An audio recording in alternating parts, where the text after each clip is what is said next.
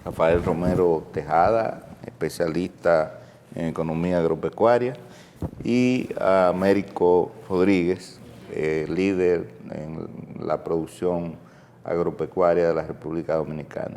Bienvenidos a nuestro programa Punto de Referencia. Vamos a empezar con una pregunta. ¿Cuál es la situación sobre el dere, cafta y el arroz ahora mismo? ¿Y qué es lo que viene con respecto a ese acuerdo? Bueno, antes que nada, muchas gracias a Agustín Radamés por esta invitación. Evidentemente que nos encontramos ante un tema caliente. El arroz, no hay forma de aguantar el plato caliente si fuéramos a comérnoslo ahora mismo. Mira, el asunto primero, ¿qué es lo que es un tratado? Es un acuerdo. Es un acuerdo donde dos partes firman y se comprometen a cumplir con una serie de condiciones. ¿Dos o más partes? Dos o más partes. Si es bilateral, es entre dos partes, y si es multilateral, ya, como es el caso del dere de cafta, que incluye a 5 países centroamericanos, Estados Unidos y la República Dominicana. Sí. Lo primero es que hay que tratar de ayudar a la población a que entienda lo siguiente. Cuando el acuerdo de libre comercio nos permite a nosotros entrar, mira, ya estaba acordado todo. Entonces, los 5 países. Los 5 países se habían puesto de acuerdo con Estados Unidos. Sí. Por consiguiente, nosotros no adhirieron. Fue una adhesión. Fue una adhesión lo que hubo, porque el tratado estaba consolidado. ¿Y dónde estábamos nosotros que nos quedamos atrás? La ausencia diplomática. Qué bueno, por ahí vamos. Muy ausente. Ahí la ausencia diplomática pudo haberse perdido.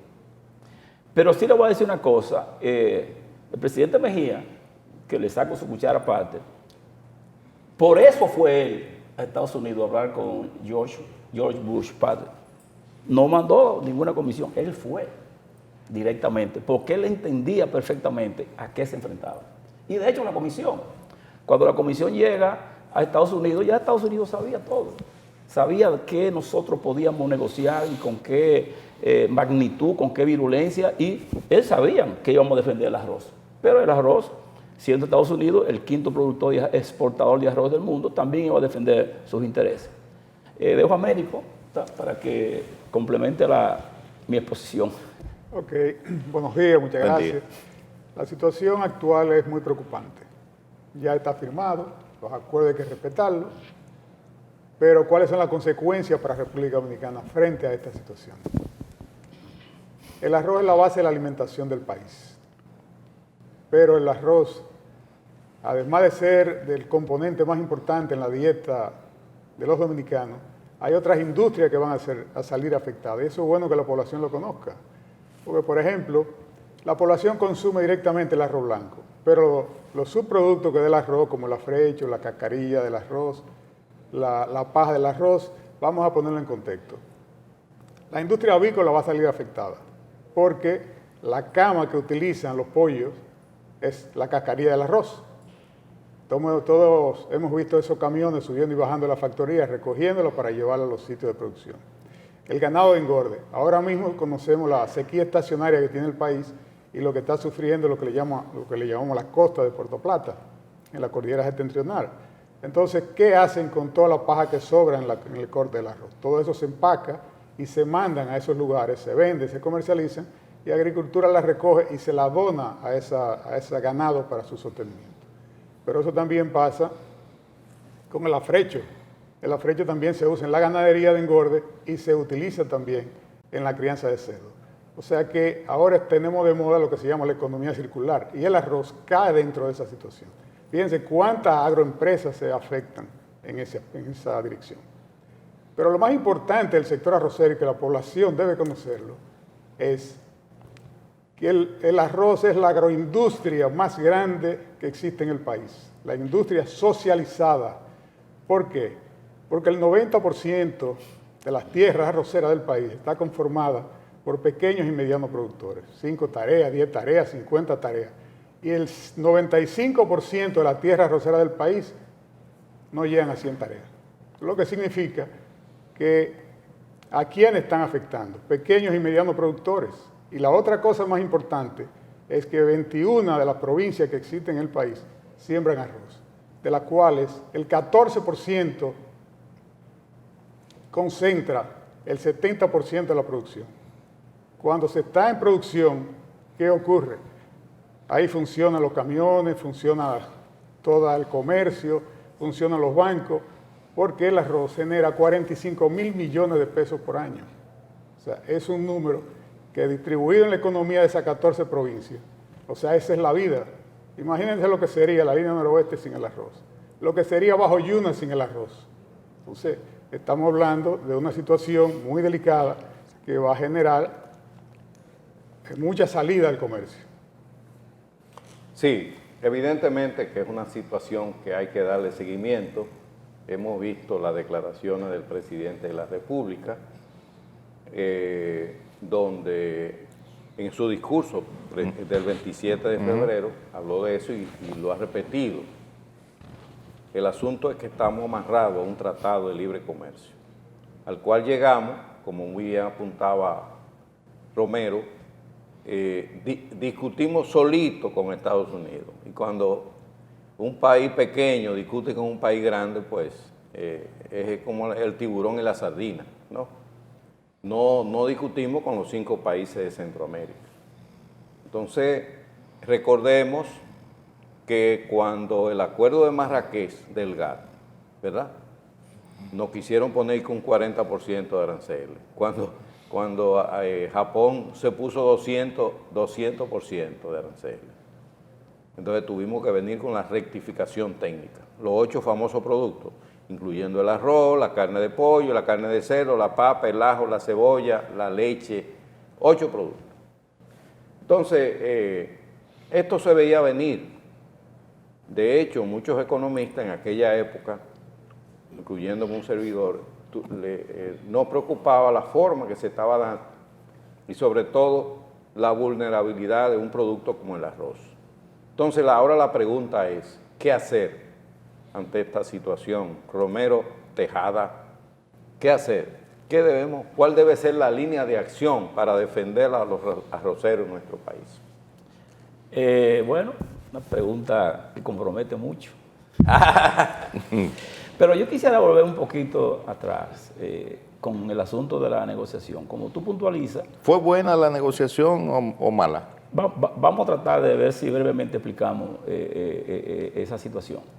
Cuando nosotros llegamos a discutir el acuerdo, como tú bien puntualizabas y lo dije desde un principio, llegamos solos. Sí. Y sabíamos que íbamos a echar un pleito. Eso se sabía, que era prácticamente un match tú a tú. Pero ¿qué pasó con nosotros? Y yo jocosamente pongo este ejemplo. Esto es como alguien que llega a una fiesta, que llega tarde. Sí. Llegaste tarde. Sí. Y de repente tú ves una mujer que baila bien y tú quieres bailar con ella, pero tú llegaste tarde. Van a bailar con ella los que llegaron primero. Sí, así es. Y sencillamente cuando nosotros fuimos, que estaba todo negociado, no había forma de... Por mucho que tú pudiese luchar, era difícil. Y de hecho, en mi concepción personal, yo creo que los acuerdos de este tipo hay que visualizarlos sobre el contexto que en ese momento vivía el país. Recuérdense que para esa época nosotros estábamos también luchando por la cuota textil, que estaba afectando enormemente podría afectar enormemente a uno de los sectores más fuertes de la economía dominicana, que en ese caso era la zona franca. Y que de hecho, dentro de la iniciativa de la Cuenca del Caribe, en la medida en que se repartían las cuotas textiles, muchas empresas dominicanas se fueron a Centroamérica. De hecho, Romero, tú sabes muy bien, quien presionó la vinculación nuestra de ese tratado fue fundamentalmente la zona franca. Así fue. Que quería que sus preferencias arancelarias se convirtieran en permanentes. Perfecto. Tuviesen permanencia, y ellos presionaron. Fue el sector que más presionó. Perfectamente. Entonces, volviendo de nuevo al trabajo de la comisión, mira, la comisión trabajó, la comisión hizo lo que pudo. Sí. Lo que pasa es que nosotros nos enfrentamos frente a frente ante un país que primero es el segundo exportador más grande del mundo de arroz, pero es la primera economía del mundo. Sí. La primera economía. O sea que era un encuentro de David y Goliat. ¿Cuál es el primer exportador de arroz? Américo, bueno, ahí está China. China, la India. La son los India primeros que- son los dos más fuertes. Yo creo que, no sé si Bangladesh. Pero Pakistán, Bangladesh. Pakistán produce mucho arroz y exporta mucho A arroz. raíz de lo que dijo Américo sobre la dispersión, yo le llamaría, de los productores en cuanto a territorios y en cuanto a tamaño de las unidades productivas. Mira, yo Percibo ahí un problema de competitividad. O sea, si yo tuviera todos esos productores tan pequeños. Sobre todo lo del IAD, Instituto Agrario Dominicano. Exactamente. Son productores pequeños de 50, 60 O sea que tareas. hay un mal estructural en la producción arrocera que tiene que ver con esa dispersión geográfica y con el tamaño de las unidades productivas. Entonces Sí. hay un problema de fondo de competitividad y al margen del tratado. creo que es excelente pregunta, pero como yo estoy en Santiago y Américo está en Mao, cogiendo sol. Está en el terreno de En el juego. terreno de juego, yo le voy a pedir a Américo que conteste esa pregunta, pero yo necesito hacer una puntualización, porque la comisión que fue a negociar la hemos satanizado. Señores, esa gente hicieron lo que pudieron. Sí. Esa gente se fajaron de un Fue en circunstancias muy circunstancias difíciles. Y en 3 difíciles. meses. Oye, Chile duró 10 años. Esa y gente tuvimos que hacerlo en 3 meses. defendieron de una manera espartana su integración al tratado y trataron de proteger todos los productos básicos, que no era solamente el arroz, como tú bien decías, arroz, carne de cerdo, carne de pollo, la leche, la habichuela, aceite vegetal. Señores, esa es la comida del dominicano. Así es que quiero puntualizar eso y lo digo en cualquier escenario, la comisión trabajó en las circunstancias en que se encontraban lo mejor que pudo. Esa comisión la encabezó Sonia Guzmán. La encabezó Sonia, Osmar Benítez, y así fue inicialmente. Jesús de los Santos. Jesús estaba estaba ahí. Jesús de los Santos y estaba también Carolina Mejía. Hugo Rivera también. Carolina Hugo- estaba. Claro que sí. Hugo Rivera, que es viceministro actual. Para que ustedes sepan, ese era un tema tan importante para el gobierno de ese momento, presidente Mejía. Señora, había una línea caliente, una línea abierta entre el presidente Mejía y la comisión. Presidente, nos están proponiendo esto y esto, y el presidente opinaba. Y cuando llegó el momento en que ya el presidente dice, ¿qué vamos a hacer? Ya estamos presos. Firmen eso. ¿Sabes? Como es Hipólito de Campechano. Entonces, Américo. Américo. Sí, fíjate, con relación a la distribución de las tierras, también tiene su origen. ¿Qué fue lo que sucedió? Cuando comienza la guerrilla en Centroamérica con el bloque soviético y el bloque americano, pues ya la guerrilla venía para República Dominicana. Entonces, ¿y cuál es el problema? ¿Dónde se va ahí entonces viene para República Dominicana y dice Balaguer, bueno, vamos a hacer la distribución, vamos a eliminar los terratenientes y vamos a hacer la distribución de las tierras. Las leyes agrarias Las leyes agrarias. de Balaguer, De Balaguer. del año 72. Correctamente. 72 creo que fue. Correctamente. Entonces ahí Balaguer le compra la tierra a los terratenientes, la distribuye y hace los parceleros. Pero es una medida antiinsurgente. Correctamente. Entonces que por eso hay que verlo, como decía Romero, en el contexto histórico en que pasan las cosas. Bueno, pues se acabó la guerrilla y ahora él formó la reforma agraria. ¿Qué es lo que se debe hacer? Hay que volver entonces a revisar cuál es la situación actual y hay que formar ahora cooperativas para juntar las fincas, juntar los productores y así las ayudas de técnicas pueden ser mejor. Hay que fomentar nuevamente lo que es la investigación, el desarrollo, la tecnología y como todo esto tiene que ir asociado con financiamiento. Financiamiento blando para que la agricultura pueda salir a camino. Hay un ejemplo muy sencillo, usted va a comprar una jipeta y va a buscar un préstamo para un tractor, usted sale montado en la jipeta pero no hay dinero para el tractor. Así es. Entonces, ese modelo hay que resolverlo. Entonces, queremos progresar, queremos avanzar, pero ningún país avanza sin comida. Porque después del nacimiento, de nacer una persona, la primera ley es comida. Hay que darle nutrición, hay que darle alimentación. Sí. A principios de la década de los 90. los neoliberales, economistas neoliberales, decían que si en el Valle del Mississippi había arroz más barato, ¿por qué producir arroz? Andy Warren fue el gran pontífice de esa teoría. Paladín del neoliberalismo. Sí, pero estamos hablando del arroz. Las grandes revoluciones en el mundo han estado muy relacionadas a los productos básicos. La gastronomía es lo que más define la cultura y la identidad de un pueblo, lo que la gente come. Claro. ¿Verdad? Y aquí el principal producto es el arroz, ¿verdad?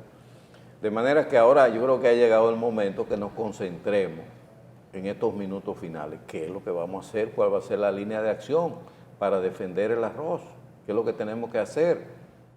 Yo avanzo que vamos a tener que subsidiarlo como hacen los norteamericanos al máximo, porque competir con los arroceros en Estados Unidos no es una paja de coco. Entonces, la media del tareaje en Estados Unidos, lo dice Romero, 3.000 tareas. Vamos a tener que olvidarnos de lo que se oponen a los subsidios y tenemos que subsidiar el arroz, subsidiarlo, para poder, y claro, mejorar la tecnología, evidentemente, pero con tecnología no es suficiente porque no es lo mismo producir, como ustedes señalan, en grandes extensiones agrícolas, ¿verdad? En Estados Unidos, que son extensiones de miles de tareas, aquí 50, 60, 200. Romero le llamaba a eso cuando me daba clase, economía de escala. Fue profesor tuyo. Sí.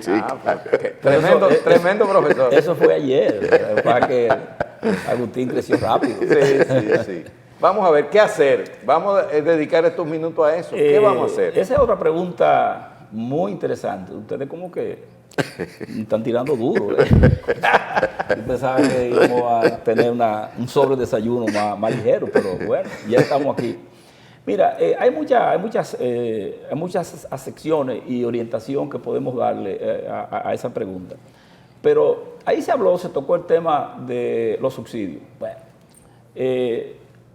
voy a poner un ejemplo, lo que es un subsidio, que evidentemente es una ayuda que se le da al gobierno con los ingresos que recibe a un sector a expensas de sacrificar a otro sector. Claro. Tú le das una ayuda a cualquier sector de la economía y tú, cuando se le entrega, tienes que entender a eso es equivalente a 10 millones de jeringuillas, tantos millones de sueldos, porque está sacrificando, en este caso, el sector salud. En el caso nuestro, evidentemente, que el arroz, señores, no es el arroz. Américo se lo dijo claro y es bueno que el pueblo entienda. El efecto que tendría un fracaso en una eventual negociación y que nuestros mercados se inunden de arroz es la carne de pollo, que se va a afectar por lo que Américo explicó, la carne de cerdo, que se va a afectar por lo que Américo explicó, y la carne de res, por lo que Américo explicó. Se tocó el tema de los subsidios, para completar esa idea. Durante la pandemia, y como se rompió mucho la cadena de distribución de la materia prima, evidentemente que muchos de los agricultores americanos tuvieron problemas también de capacidad de abastecimiento de la producción al mercado. Cada agricultor americano durante la pandemia recibió, sentado en su casa, sin tener que ir a un banco a hacer fila, $250,000. Oiga, así cualquiera echa para adelante. Entonces, para dejar a Américo también que entre en ese tema. Pero los de aquí recibieron tasa cero de financiamiento. Sí, bueno, está bien. Bueno, sí, pero la tasa cero, podemos coger un programa para hablar de la tasa cero. Bueno. ¿Qué pasó con la tasa cero? Sí, no lo debíamos ahí. No lo debíamos, porque eso ya peligra muchas cosas, pero evidentemente que fue una buena ayuda para el sector. Entonces, se hablaba del tema de la tecnología. La tecnología, y se critica inclusive a los productores arroceros. Y voy a decir yo esto porque Américo van a pensar que es juez y parte. Se critica a los productores dominicanos que no avanzaron, se durmieron. Sabían que el lobo venía, pero vienen a gritar después que el lobo está tocando la puerta. No, los arroceros tienen años luchando por esto. Y una muestra... Y posiblemente uno de los sectores que tiene mejor tecnología. No, es la agricultura, es el arroz. Déjame decirte, Sí. y Américo va a abundar sobre esto. La mejor prueba de que los arroceros han aplicado tecnología es que cuando se firmó el acuerdo, la producción de arroz era de 8 millones de quintales. Ahora son 14, casi el doble. Casi el doble. Sin tener que agregar tierra, al contrario. Muchas de las tierras arroceras que eran de arroz en la zona de Mao, y Américo conoce eso bien, se convirtieron en banano. Productividad entonces, ha aumentado la productividad. Obviamente, señores, de 8 millones La de variedad quintales, esta de Juma. todo que se hace. eso fue una revolución que hubo, y obviamente que los arroceros, yo solamente como, yo no siembro, pero Américo es que Américo es que tiene que defender. Pero un teórico. Sí. Evidentemente que el esfuerzo y la contribución que han hecho los arroceros a tratar de asegurar, señores, el arroz, el producto más importante de la dieta dominicana, el producto que nos da la calidad ideal para garantizar nuestra seguridad alimentaria. Míralo ahí, qué bonito está. Bueno, vamos a ver qué dice Américo ya para cerrar. ¿Qué hacer, Américo? Soluciones. Ok. Hay muchas soluciones. Tenemos muchas alternativas, todas necesitan voluntad política y recursos. Porque en el país tenemos toda la tecnología que existe en el mundo para producir arroz. Tenemos nivelación rayo láser en la tierra, tenemos sembradoras mecanizadas, tenemos recolectores mecanizados, que es lo que justifica que hayamos pasado de 8 millones de quintales de arroz blanco a 14 millones, es porque realmente hemos avanzado mucho en la tecnología. Ahora, ¿qué es lo que pasa? Está la famosa economía de escala. No es lo mismo usted ver en nuestra carretera un camión de estos articulados ahora que tenemos, con 2 trailers, llevando mercancía, que tener uno que nada puede llevar el 25 o el 10% de lo que lleva este. El articulado lleva un solo chofer y lleva un 80% más de carga que un solo camión. Entonces eso es lo que está pasando. Nosotros no podemos competir aquí con 40 tareas, 50 tareas y nuestro competidor con 3.500 tareas. Entonces esa situación vamos a ver cómo le damos el paso, a comenzar a trabajar en cooperativa, organizar la tierra, y el otro paso es la parte de investigación y desarrollo. Hay que continuar trabajando en variedades como se ha venido haciendo. Tenemos un arroz de muy buena calidad, de excelente producción en el campo y con una calidad culinaria muy buena, que es lo que le gusta al dominicano. La otra parte que necesitaríamos también, hay que seguir llevar recursos frescos al campo y que los técnicos regresen nuevamente al campo. Porque con los tiempos ha habido un cambio climático, estamos dentro de un cambio climático y el campesino necesita orientación de los investigadores. Esas 3 cosas son fundamentales para continuar aumentando la producción en el campo. Yo agrego una cuarta. Las relaciones con Estados Unidos. Debemos seguir insistiendo con Estados Unidos. Tenemos excelentes relaciones, es nuestro principal socio comercial, en ver qué se puede hacer en una negociación con Estados Unidos. Una renegociación. Bueno, ver qué se puede lograr en un diálogo con el gobierno de Estados Unidos. ¿Qué se puede, hasta dónde se puede llegar? Ya. Eso debemos explorarlo. Romero. Sí, yo quiero, como estamos ya al final del programa, y mucha gente se queda con lo que oye al final, porque eso es lo más reciente. Ustedes preguntaban qué se puede hacer. Américo ha explicado algunos pasos que deben dar tanto el sector como el gobierno. Pero hay 2 cosas que sí yo quiero puntualizar antes de terminar y que lo entienda el pueblo. Señores, con ciudadanos no hay forma de garantizar la seguridad alimentaria dominicana en las condiciones que está el Tratado de Libre Comercio, RDCAF. No hay posibilidad. O sea que esto es un tema serio, ¿eh? La gente habla del arroz. Entonces el arroz es la comida del dominicano. Y finalmente, este es un problema de presidente a presidente. No es la comisión que tiene que ir a negociar, Claro. es el presidente de la República y lo va a hacer Con el presidente de Estados Unidos. con el Muy presidente bien. de Estados Unidos, Muy bien. frente a frente. Así que, Muy bien. Gracias. Señores, muchísimas gracias por todo lo que han expuesto, lo que han enseñado. ¿Cuánta sabiduría acumulada? Bueno. En Sí. ambos. Tú- En ambos. Yo no quiero, porque tú vas a decir que soy años, y eso no me gusta a mí. El próximo domingo estaremos de nuevo con ustedes. Muchísimas gracias, amigos televidentes.